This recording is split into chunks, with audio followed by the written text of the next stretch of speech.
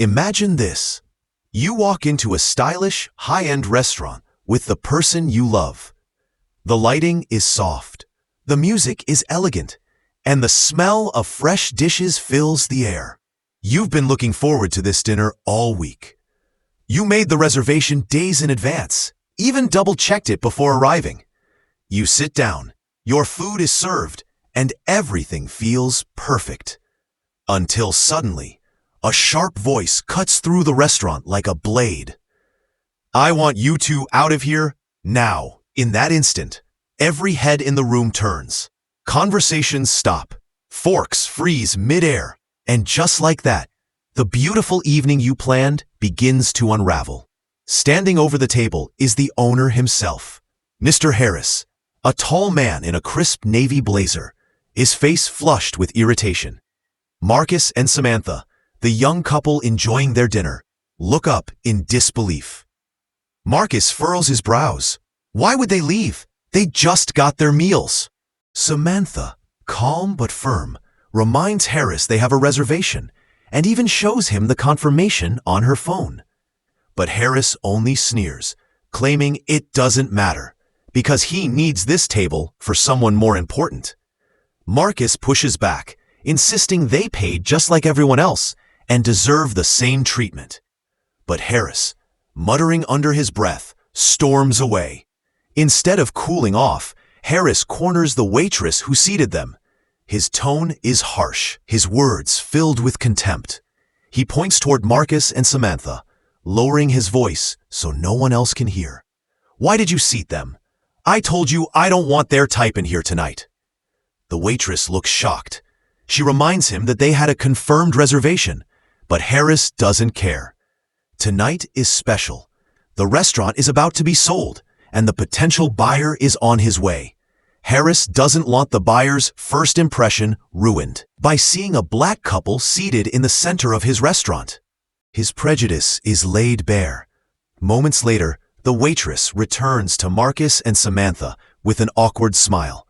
She gently suggests moving them to another table, claiming it will give them more privacy. Marcus immediately senses something is wrong. He shakes his head, saying they are fine where they are. Samantha, however, places her hand on his, whispering that she doesn't want their night to be ruined by drama. Reluctantly, Marcus agrees to move, though his expression shows his unease. But the situation doesn't end there. Harris soon returns with their bill in his hand, even though they haven't finished eating. Marcus stares in confusion. Why would they need to pay up front when everyone else pays at the end? Harris coldly explains that he's seen people like them leave without paying. Samantha quickly points to a white couple nearby who haven't been asked to do the same. Harris shrugs, insisting it's his restaurant and his rules. Marcus raises his voice, calling it intimidation. Samantha, wanting to keep the peace, convinces Marcus to hand over his card. After paying, they're guided down a narrow hallway to what is supposed to be their new table.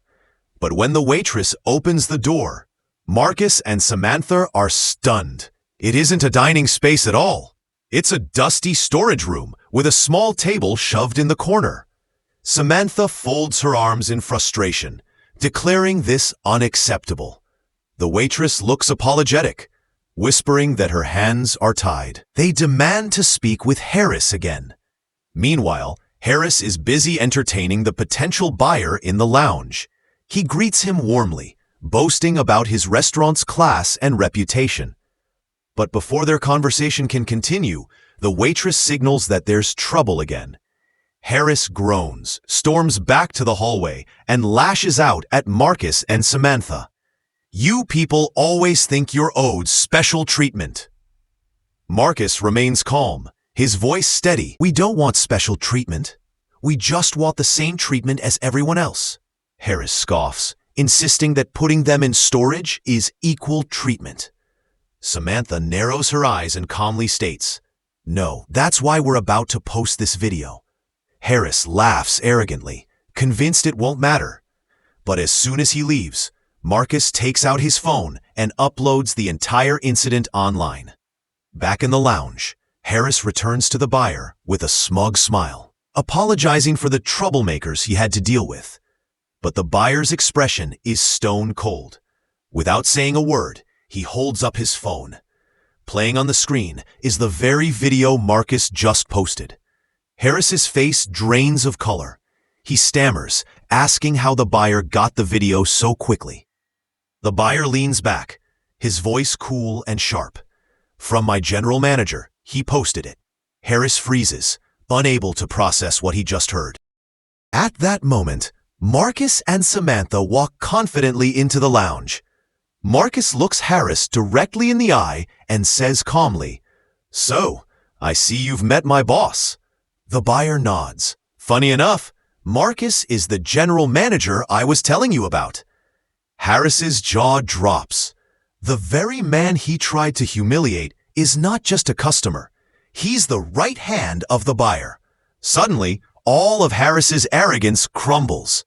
Desperate, Harris begs the buyer to sign the papers and take the restaurant off his hands. He promises to disappear quietly, but the buyer doesn't answer right away. Instead, he turns to Marcus. "What do you think?" he asks. Marcus doesn't hesitate.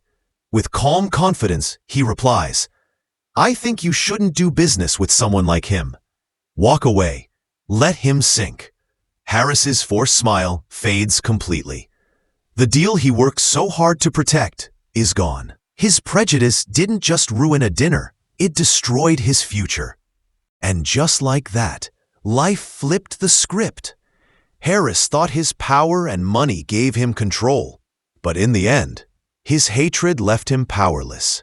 Marcus and Samantha walked out with their dignity, and Harris was left standing in the ruins of his own arrogance. So what's the takeaway? Respect is not a luxury that should be reserved for a select few. It is a basic right every person deserves.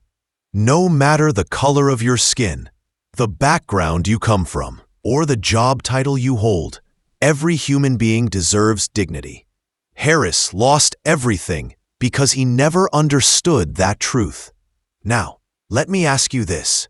If you were in Marcus and Samantha's shoes, what would you have done? Would you have stood your ground? Or would you have walked away quietly? Drop your answer in the comments below. And if you believe that character matters more than color, and respect should be universal, make sure to like this video, subscribe, and share it with someone who needs to hear this message today. Because at the end of the day, kindness costs nothing, but it can change everything.